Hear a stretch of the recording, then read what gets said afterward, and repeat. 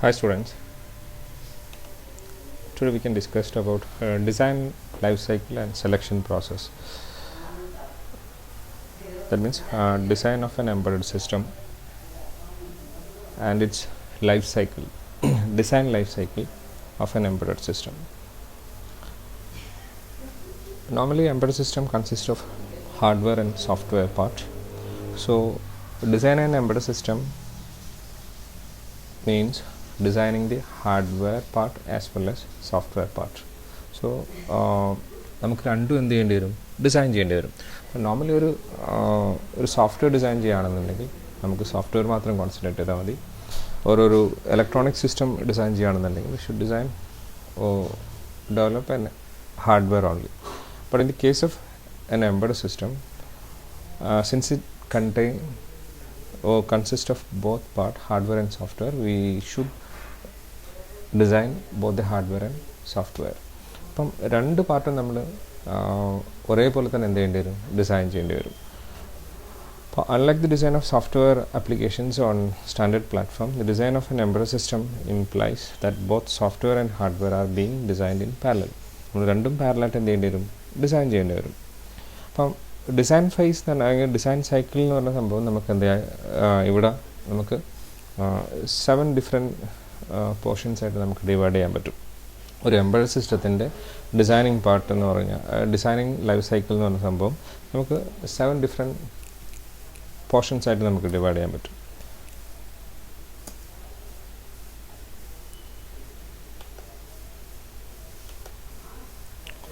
An embedded system design life cycle consists of 7 phases.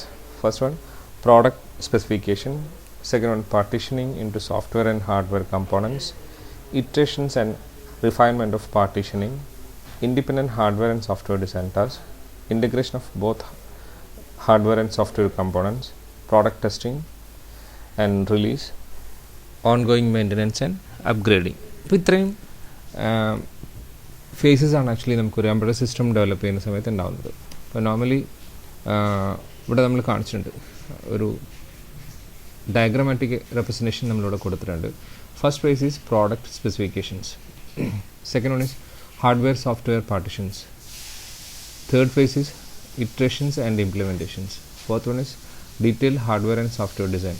അപ്പോൾ ഇവിടെ വെച്ചിട്ട് ആക്ച്വലി രണ്ടായിട്ട് നമ്മൾ സെപ്പറേറ്റ് ചെയ്യുന്നുണ്ട്, hardware design path activities and software design path activities. Then hardware software integration, ഇത് രണ്ടും കൂടെ നമ്മൾ കമ്പൈൻ ചെയ്യുന്നു. Then acceptance testing and seventh phase is maintenance and upgrading. ഇതാണ് ആക്ച്വലി ഒരു hardware embedded system designing faces എന്ന് പറഞ്ഞാൽ. അപ്പം ഇത്രയും ഡിസൈൻ ഫേസസ് കൂടിയാലേ നമുക്കൊരു എംബഡഡ് സിസ്റ്റം എന്ത് ചെയ്യാൻ പറ്റുള്ളൂ, ഡെവലപ്പ് ചെയ്യാൻ പറ്റുള്ളൂ. ഇനി ഓരോന്നും നമുക്ക് സെപ്പറേറ്റ് നോക്കാം. നമുക്ക് പ്രോഡക്റ്റ് സ്പെസിഫിക്കേഷൻ, ഇപ്പം ആദ്യം തന്നെ നമ്മൾ എന്താ ചെയ്യാം, ഒരു ഡെവലപ്പ് ചെയ്യാൻ പോകുന്നൊരു പ്രോസസ്സ് അല്ലെങ്കിൽ ഒരു പ്രോഡക്റ്റിൻ്റെ സ്പെസിഫിക്കേഷൻ എന്താണെന്ന് നമ്മൾ ഡിസൈഡ് ചെയ്യും. അതായത് എന്തൊക്കെയാണ് അതിൻ്റെ ഇൻപുട്സ്, എന്തൊക്കെയാണ് അതിൻ്റെ outputs, what are the function that we are going to implement, എന്തൊക്കെ ഫങ്ഷൻസാണ് നമ്മൾ ഇംപ്ലിമെൻറ്റ് ചെയ്യേണ്ടത്, ആ ഇംപ്ലിമെൻറ്റ് ചെയ്യേണ്ട ഫങ്ഷൻസിന് എന്തൊക്കെ ഇൻപുട്സ് വേണം, എന്തൊക്കെ ഔട്ട്പുട്ട്സ് വേണം, അതിൻ്റെ സ്പെസിഫിക്കേഷൻ എന്തായിരിക്കണം, എവറിത്തിങ് അതൊക്കെ നമ്മൾ എന്ത് ചെയ്യണം, ഫസ്റ്റിൽ നമ്മൾ ഡിസൈഡ് ചെയ്യണം. പിന്നെ അതിനകത്ത് ഹാർഡ്വെയർ ആൻഡ് സോഫ്റ്റ്വെയർ പാർട്ടീഷനിങ് എന്ന് പറയും. അതിനകത്ത് ഏതൊക്കെ പോർഷൻസ് ഹാർഡ്വെയർ യൂസ് ചെയ്യണം, ഏതൊക്കെ ഏരിയാസ് സോഫ്റ്റ്വെയർ ഹാൻഡിൽ ചെയ്യണം എന്ന് തീരുമാനിക്കുന്നത്. ഇനി ഇറ്ററേഷൻസ് ആൻഡ് ഇംപ്ലിമെൻറ്റേഷൻസ് എന്ന് പറയാം, ഇത് നമുക്കെങ്ങനെ ഇംപ്ലിമെൻറ്റ് ചെയ്യാം എന്നുള്ളതാണ് നെക്സ്റ്റ് ഫേസ് എന്ന് പറയാം. ആൻഡ് തേർഡ് ഫേസ് എന്ന് പറയാം, ഡീറ്റെയിൽ ആയിട്ട് നമ്മൾ ഹാർഡ്വെയർ ഡിസൈൻ ചെയ്യുന്നു, സോഫ്റ്റ്വെയർ ഡീറ്റെയിൽ ആയിട്ട് നമ്മൾ ഡിസൈൻ ചെയ്യുന്നു. And fifth phase is combine these hardware and software to make an embedded system or to make an a പ്രോഡക്റ്റായിട്ട് നമുക്ക് ഡെവലപ്പ് ചെയ്യാൻ വേണ്ടിയിട്ട് ഈ രണ്ട് സാധനത്തിനെയും നമ്മൾ എന്ത് ചെയ്യണം, ഇൻറ്റിഗ്രേറ്റ് ചെയ്യണം. അതാണ് ഫിഫ്ത്ത് ഫേസ് എന്ന് പറയുക. And six one is acceptance testing. നമുക്ക് എല്ലാ പ്രോഡക്റ്റിനകത്തും ഉണ്ടാകുന്ന ഒരു സാധനമാണ്. പ്രോഡക്റ്റ് നമ്മൾ എന്ത് ചെയ്യണം, ടെസ്റ്റ് ചെയ്തിട്ട് നമുക്ക് ഈവൻ സോഫ്റ്റ്വെയർ ആണെങ്കിൽ ഹാർഡ്വെയർ ആണെന്നുണ്ടെങ്കിലും ആക്ച്വലി നമുക്ക് എന്ത് ചെയ്യേണ്ടി വരും, നമുക്ക് ടെസ്റ്റിംഗ് എന്ന് പറഞ്ഞ സാധനം പെർഫോം ചെയ്യേണ്ടി വരും. And last face is maintenance and upgrade. അത് നമ്മൾ എന്ത് ചെയ്യേണ്ടി വരും, കൺസിഡർ ചെയ്യേണ്ടി വരും.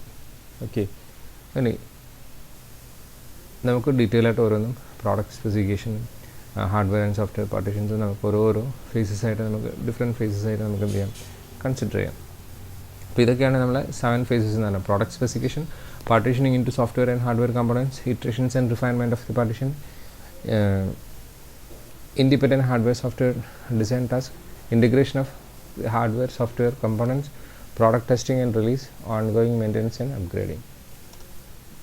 Next one is first phase is product specification. അപ്പോൾ നോർമലി ഒരു പ്രോഡക്റ്റ് ഡെവലപ്പ് ചെയ്യുന്ന സമയത്ത് നമ്മൾ ഏറ്റവും അധികം കൺസിഡർ ചെയ്യുന്ന ഒരു സംഭവമാണത് പ്രോഡക്റ്റ് സ്പെസിഫിക്കേഷൻ തന്നെ. ഈ പ്രോഡക്റ്റ് സ്പെസിഫിക്കേഷനിൽ നമുക്ക് പ്രോഡക്റ്റിന് എന്ത് ചെയ്യാൻ പറ്റില്ല, ഡെവലപ്പ് ചെയ്യാൻ പറ്റില്ല. സ്പെസിഫിക്കേഷൻ എന്നോട് ഉദ്ദേശിക്കുന്നത് നമ്മൾ ആദ്യം തന്നെ ഒരു പ്രോഡക്റ്റ് ഡിസൈൻ ചെയ്യുന്ന സമയത്ത് ഏത് പ്രോഡക്റ്റാണ് ഡിസൈൻ ചെയ്യുന്നത് നമുക്ക് അറിയണ്ടേ, എന്താണ് നമ്മൾ ഡെവലപ്പ് ചെയ്യാൻ പോകുന്നത്, അപ്പം ഏതൊക്കെയാണ്, എന്തായിരിക്കണം നമ്മുടെ ടാസ്ക്, ആ പ്രോഡക്റ്റ് എന്ത് പെർഫോം ചെയ്യുന്നതായിരിക്കണം എന്ന് ഉള്ളതാണ് ആക്ച്വലി പ്രോഡക്റ്റ് സ്പെസിഫിക്കേഷൻ കൊണ്ട് ഉദ്ദേശിക്കുന്നത്.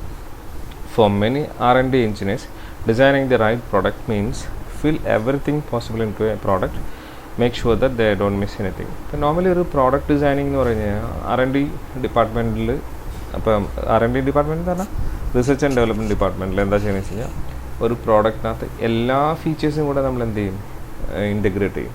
എന്നിട്ട് ഒന്നും മിസ്സായി പോയിട്ടില്ലല്ലോ എന്നുള്ള രീതിയിലാണ് നമ്മൾ പ്രോഡക്റ്റ് ഡിസൈൻ ചെയ്യുന്നത്. ആക്ച്വലി അങ്ങനെ ഒരു ആവശ്യമില്ല. എന്താണോ റൈറ്റ് ഫീച്ചേഴ്സ് നമുക്ക് ഒരു പ്രോഡക്റ്റിന് വേണ്ട, കസ്റ്റമേഴ്സിന് ആക്ച്വലി എന്താണോ വേണ്ടത് അതാണ് ആക്ച്വലി നമ്മൾ ആ പ്രോഡക്റ്റിനകത്ത് ഇംപ്ലിമെൻറ്റ് ചെയ്യേണ്ടത്. അല്ലാതെ എല്ലാ ഫീച്ചേഴ്സും കൂടെ നമ്മൾ എന്ത് ചെയ്യേണ്ട, ഒരു പ്രോഡക്റ്റിനകത്ത് ഇൻറ്റഗ്രേറ്റ് ചെയ്യേണ്ട കാര്യമില്ല. ആക്ച്വലി അതൊരു എന്താണ്, വേസ്റ്റ് ഓഫ് ടൈമാണ്, അതിൻ്റെ റിസോഴ്സ് വേസ്റ്റ് ചെയ്യലാണ്, അതൊക്കെയാണ്. അപ്പം ഇത് നമുക്ക് ഓവർകം ചെയ്യാൻ ആണ് നമ്മൾ എന്ത് ചെയ്യുക, to perform market research activities like customer visit or customer research tool. അപ്പം ഈ ഒരു പ്രോബ്ലം നമുക്ക് ഫേസ് ചെയ്യാനുള്ളതുകൊണ്ട് ഒരു പ്രോഡക്റ്റ് ഡെവലപ്പ് ചെയ്യുന്ന സമയത്ത് എല്ലാ ഫീച്ചേഴ്സും നമ്മളൊരു പ്രോഡക്റ്റിനകത്ത് നമ്മൾ ഇംപ്ലിമെൻറ്റ് ചെയ്ത് കഴിഞ്ഞ് കഴിഞ്ഞാൽ ഉണ്ടാകുന്ന ബുദ്ധിമുട്ട്, അതുണ്ടാകുന്ന ഡ്രോബാക്ക് എന്താ വെച്ച് കഴിഞ്ഞാൽ അതിന് കുറേ റിസോഴ്സ് വേസ്റ്റ് ആയിരിക്കും, നമുക്ക് ടൈം വേസ്റ്റ് ആയിരിക്കും. അപ്പം ഒരു എക്സാമ്പിൾ പറയുകയാണെന്നുണ്ടെങ്കിൽ നമ്മളൊരു എന്താ പറയുക, ഒരു വാഷിംഗ് മെഷീൻ ഡിസൈൻ ചെയ്യുകയാണെന്നുണ്ടെങ്കിൽ വാഷ് ചെയ്യേണ്ട കാര്യങ്ങൾ മാത്രം അതിനകത്ത് എന്ത് ചെയ്താൽ മതി, ഇംപ്ലിമെൻറ്റ് ചെയ്താൽ. അല്ലാതെ അതിനകത്ത് കൂടുതൽ ഫീച്ചേഴ്സ് അതിനകത്ത് എന്ത് ചെയ്യേണ്ട കാര്യമില്ല, ആഡ് ചെയ്യേണ്ട കാര്യമില്ല. വാഷിംഗ് എങ്ങനെ ഇമ്പ്രൂവ് ചെയ്യാം എന്നുള്ള കാര്യങ്ങൾ മാത്രമേ അതിനകത്ത് എന്ത് ചെയ്യുള്ളൂ, ആഡ് ഓൺ ചെയ്യേണ്ട കാര്യമുള്ളൂ. അല്ലാതെ അതിനകത്ത് നമുക്കൊരു ക്യാമറ ഫിക്സ് ചെയ്തുകൊണ്ടോ അല്ലെങ്കിൽ ഒരു ഓഡിയോ സിസ്റ്റം ഫിക്സ് ചെയ്തുകൊണ്ടോ കൂടുതൽ ബെനിഫിറ്റ് ഒന്നും പോകുന്നില്ല.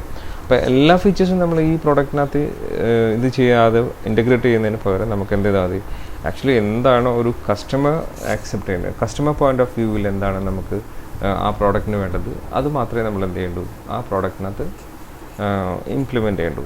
അപ്പം ഇത് അറിയണമെന്നുണ്ടെങ്കിൽ ഒരു R&D ഡിപ്പാർട്ട്മെൻറ്റിനോ അല്ലെങ്കിൽ R&D എഞ്ചിനീയേഴ്സിനോ എന്ത് ചെയ്യില്ല, എന്തൊക്കെയാണ് വേണ്ടത് എന്ന് മനസ്സിലാവില്ല. അപ്പം ഇത് മനസ്സിലാക്കാൻ വേണ്ടിയിട്ടാണ് ആക്ച്വലി നമ്മൾ എന്ത് ചെയ്യുന്നത്, അല്ലെങ്കിൽ to overcome this perform a market research activities like customer visit or customer research tool. നമ്മളിതിനെ എന്ത് ചെയ്യുന്നു വെച്ച് കഴിഞ്ഞാൽ ഒരു കസ്റ്റമർ വിസിറ്റോ അല്ലെങ്കിൽ കസ്റ്റമർ റിസർച്ച് ടൂർ എന്ന് പറഞ്ഞ സംഭവങ്ങളോ നമ്മൾ ഫിക്സ് ചെയ്യും.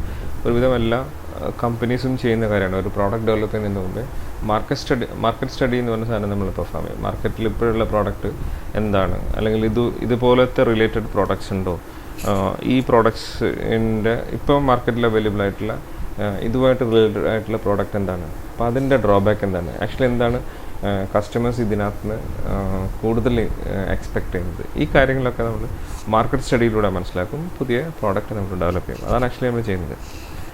ഇനി എങ്ങനെയായിരിക്കണം നമ്മൾ ഐഡിയൽ കസ്റ്റമർ റിസർച്ച് ടൂർ എന്ന് പറഞ്ഞാൽ?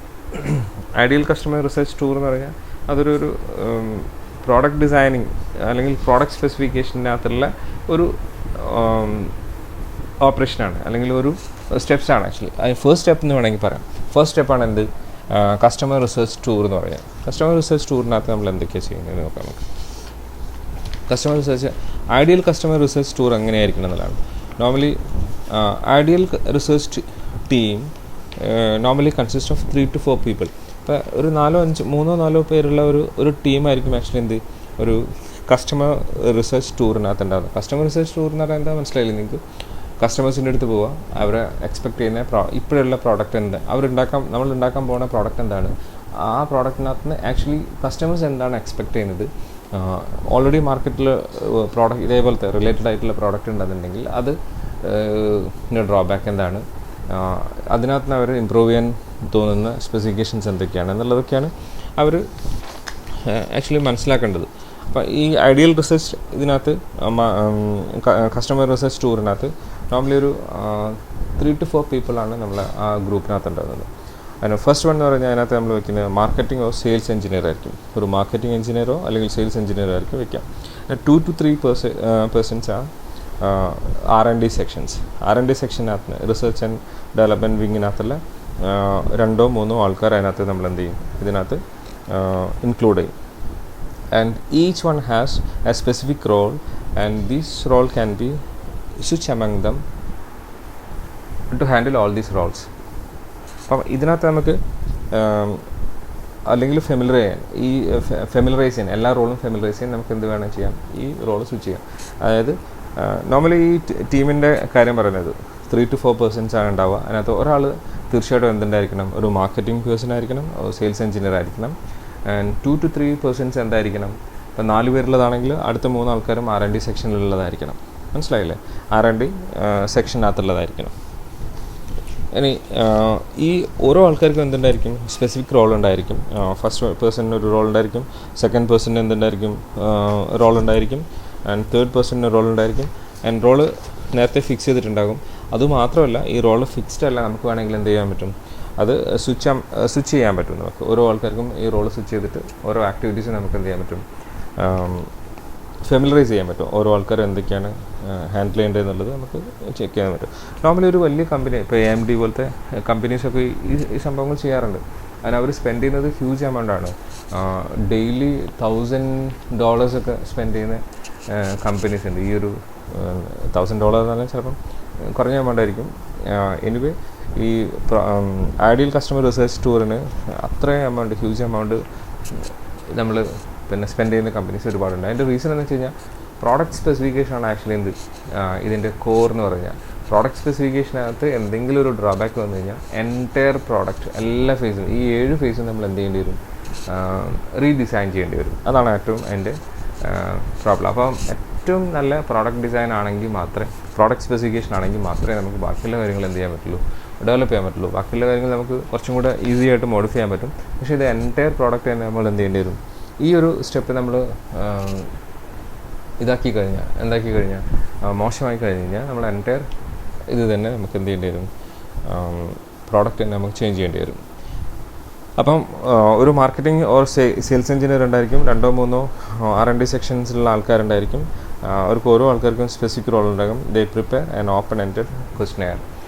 അത് സാധാരണ എന്താണെന്ന് വെച്ച് കഴിഞ്ഞാൽ ഒരു ക്വസ്റ്റനെയർ പ്രിപ്പയർ ചെയ്തിട്ട് കസ്റ്റമേഴ്സിൻ്റെ അടുത്ത് ഡയറക്റ്റ് മീറ്റ് ചെയ്യുകയോ അല്ലെങ്കിൽ ഒരു ഗ്രൂപ്പിനകത്ത് ഇൻവോൾവ് ചെയ്യുകയോ ചെയ്തിട്ടാണ് ഇതിൻ്റെ ആൻസർ നമ്മൾ ഓരോന്നിൻ്റെയും നമ്മൾ കണ്ടുപിടിക്കുന്നത്. അതിനകത്ത് ഫസ്റ്റിലുള്ള ആൾ എന്താ വെച്ച് കഴിഞ്ഞാൽ ഈ ക്വസ്റ്റനെയറിനകത്തുള്ള കാര്യങ്ങൾ എന്ത് ചെയ്യും, ക്വസ്റ്റ്യൻ ചോദിക്കും. സെക്കൻഡ് ആൻഡ് തേർഡ് പേഴ്സൺസ് എന്താണെന്ന് വെച്ച് കഴിഞ്ഞാൽ സെക്കൻഡ് പേഴ്സൺ എന്താണെന്ന് വെച്ച് കഴിഞ്ഞാൽ ഇയാളുടെ ആൻസർ നമ്മൾ നോട്ട് ഡൗൺ ചെയ്യും. എന്നിട്ട് ഡീപ്പായിട്ടുള്ള ക്വസ്റ്റ്യൻസ് എന്തെങ്കിലും, അതായത് ഈ സ്പെസിഫിക്കേഷനകത്ത് അവരുടെ നിന്ന് കിട്ടുന്ന ആൻസറിനകത്ത് കുറച്ചും കൂടി ഡീപ്പായിട്ട് ചോദിക്കണമെന്നുണ്ടെങ്കിൽ തേർഡ് ആൻഡ് ഫോർത്ത് പേഴ്സൺ എന്തെങ്കിലും ചോദിക്കും. അവരതിൻ്റെ ടെക്നിക്കൽ റീസൺസ് എന്തെങ്കിലും എക്സ്പ്ലെയിൻ ചെയ്യാനുണ്ടെങ്കിൽ അത് എക്സ്പ്ലെയിൻ ചെയ്യും. ഇതാണ് ആക്ച്വലി റോൾ എന്ന് പറയാം. അതായത് ഫസ്റ്റ് പേഴ്സൺ എന്തെന്ന് വെച്ച് കഴിഞ്ഞാൽ ക്വസ്റ്റ്യൻ ചോദിക്കും, സെക്കൻഡ് പേഴ്സൺ ആൻസർ കളക്ട് ചെയ്യും, ആൻസർ നോട്ട് ഡൗൺ ചെയ്യും, എന്തൊക്കെയാണ് ഇയാൾ പറയുന്നത് വെച്ച് കഴിഞ്ഞാൽ. ഡീറ്റെയിൽ ആയിട്ട് എന്തെങ്കിലും ഡീറ്റെയിൽസ് വേണമെന്നുണ്ടെങ്കിൽ, അതായത് കുറച്ചും കൂടെ ഡീപ്പറായിട്ടുള്ള ഡീറ്റെയിൽസ് നമുക്ക് കിട്ടണമെന്നുണ്ടെങ്കിൽ അത് തേർഡ് പേഴ്സൺ ചോദിക്കും. അതിൻ്റെ സ്പെസിഫിക് റോൾസ് എന്തെങ്കിലും വേണമെന്നുണ്ടെങ്കിൽ തേർഡും ഫോർത്തും എന്ത് ചെയ്യും, ഹാൻഡിൽ ചെയ്യും. ഇങ്ങനെയാണ് ആക്ച്വലി ഓരോ ആൾക്കാരെടുക്കുള്ള റോള്. ഈ റോള് നമുക്ക് എന്ത് ചെയ്യാം, അങ്ങോട്ടും ഇങ്ങോട്ടും സ്വിച്ച് ചെയ്യാൻ പറ്റും. അപ്പോൾ ഇതാണ് actually ideal customer research tour എന്ന് പറഞ്ഞാൽ. ഈ ഐഡിയൽ ഇതിനകത്ത് എഴുതിയിട്ടുണ്ട്.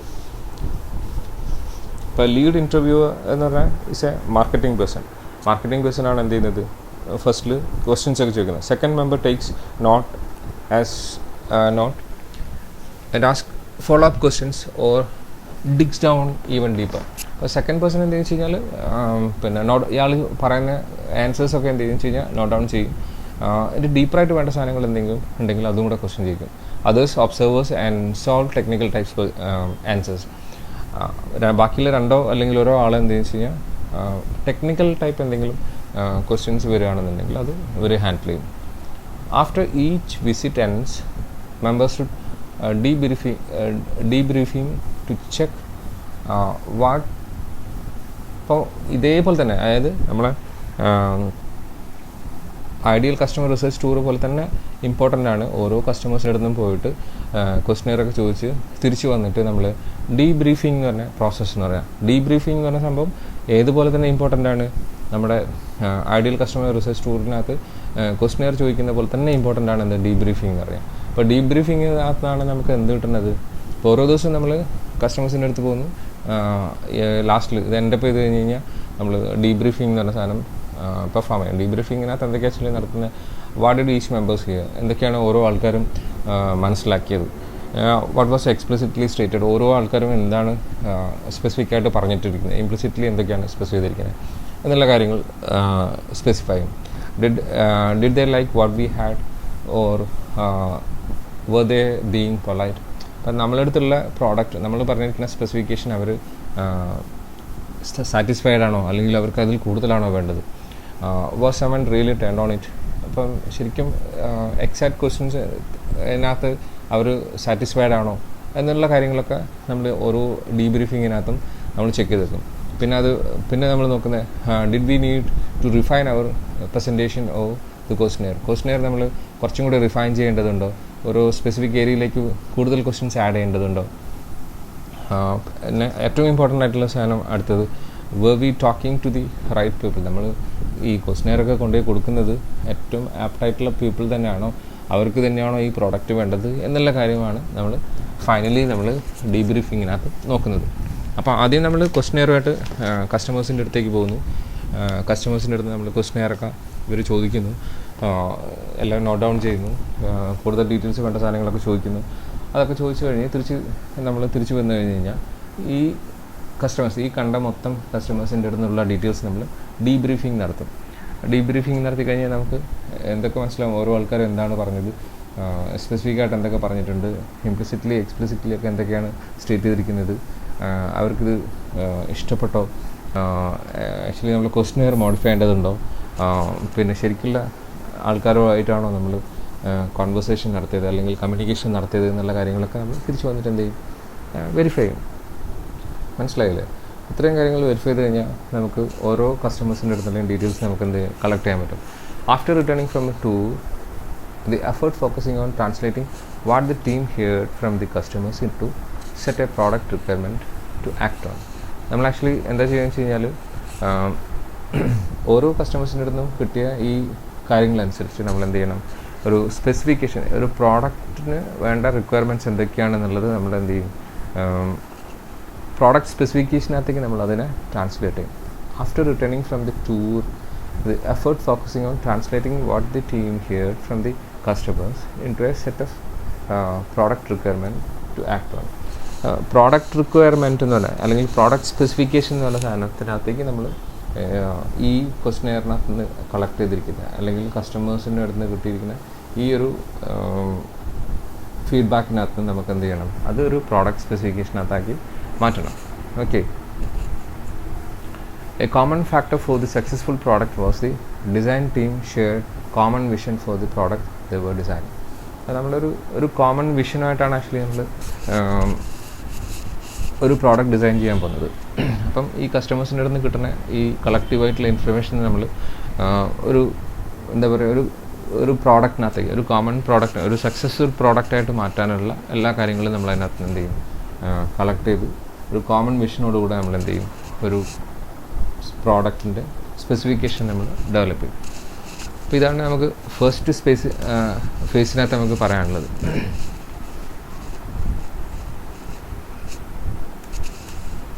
അപ്പം ഇന്ന് നമ്മൾ നോക്കിയതെന്ന് വെച്ച് കഴിഞ്ഞാൽ product design life cycle of products design life cycle and selection process എന്നാണ്. അതിനകത്ത് design life cycle of embroidery സിസ്റ്റമാണ് ആക്ച്വലി നമ്മൾ നോക്കുന്നത്.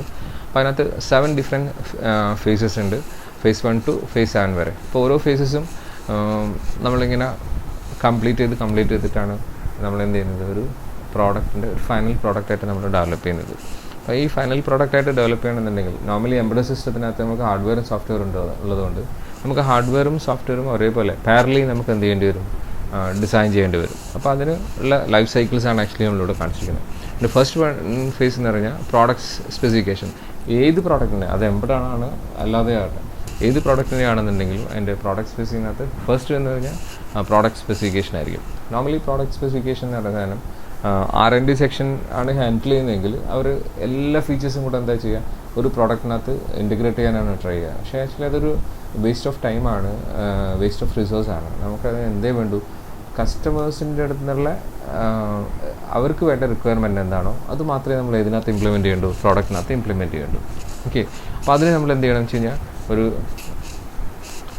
ഒരു ideal customer research tour, customer research tour എന്ന് പറഞ്ഞ സാധനം പെർഫോം ചെയ്യണം. കസ്റ്റമർ റിസർച്ച് ടൂർ എന്ന് പറഞ്ഞ സാധനം ആക്ച്വലി കസ്റ്റമേഴ്സിൻ്റെ അടുത്ത് ഈ പ്രോഡക്റ്റിനെ പറ്റിയുള്ള ഫീഡ്ബാക്ക്, അതായത് പ്രോഡക്റ്റ് നമ്മൾ ഉണ്ടാക്കാൻ പോകുന്ന പ്രോഡക്റ്റിനെ പറ്റിയിട്ടുള്ള ഇൻഫർമേഷൻസ് കളക്ട് ചെയ്യണം. അവരെന്താണ് എക്സ്പെക്ട് ചെയ്യുന്നത്, അവർക്ക് ഒരു പ്രോഡക്റ്റ് എന്ന് പറഞ്ഞാൽ എന്തായിരിക്കണം, ഈ പ്രോഡക്റ്റിനെ പറ്റിയിട്ടുള്ള അവരുടെ ചിന്താഗതി എന്താണ് എന്നൊക്കെ ഉള്ളതാണ് നമ്മൾ ഐഡിയൽ കസ്റ്റമർ റിസർച്ച് ടൂറിനകത്ത് കിട്ടുന്നത്. അപ്പോൾ നോർമലി ഐഡിയൽ കസ്റ്റമേഴ്സ് ടൂറിനകത്ത് 3-4 പേരുള്ള ഒരു ഗ്രൂപ്പായിരിക്കും. അതിനകത്ത് 1 must be a marketing or sales engineer and 2 to 3 persons are from R&D department. അപ്പം ഓരോ ആൾക്കാർക്കും ഓരോ സ്പെസിഫിക് റോൾ ഉണ്ടായിരിക്കും. ആ റോള് വളരെ കൃത്യമായിട്ട് അവർ യൂട്ടിലൈസ് ചെയ്യണം. ഈ റോൾ എന്ന് പറയുന്നത് നമുക്ക് അവർക്ക് എന്ത് ചെയ്യാൻ പറ്റും, അവർക്ക് സ്വിച്ച് ഓവർ ചെയ്യാൻ പറ്റും. റീസൺ വരുന്നതല്ല, എല്ലാ റോളും അവർക്ക് എന്താ വേണ്ടിയിട്ട് ഫെമിലറൈസ് ചെയ്യാൻ വേണ്ടിയിട്ട് അവർ ഇതിൻ്റെ കൂടെ ആദ്യം തന്നെ ഒരു ക്വസ്റ്റനെയർ പ്രിപ്പയർ ചെയ്യും. അത് എന്ത് ചെയ്യും, പിന്നെ ഈ ടീം മെമ്പേഴ്സ് ഓരോ കസ്റ്റമേഴ്സിനെ വിസിറ്റ് ചെയ്തിട്ട് അവരോട് ക്വസ്റ്റ്യൻ ചോദിക്കും. ആ ക്വസ്റ്റ്യൻ ചോദിച്ചതിനകത്ത് കിട്ടുന്ന കളക്റ്റീവായിട്ടുള്ള ആൻസേഴ്സൊക്കെ നമ്മൾ എന്ത് ചെയ്യും, ഡീബ്രീഫ് ചെയ്തിട്ട് അതൊരു സ്പെസിഫിക്കേഷനായിട്ട് കൺവേർട്ട് ചെയ്യും. ഇതാണ് ആക്ച്വലി ഫസ്റ്റ് പ്രോഡക്റ്റ് സ്പെസിഫിക്കേഷൻ എന്ന് പറഞ്ഞ റോൾ. ഓക്കെ,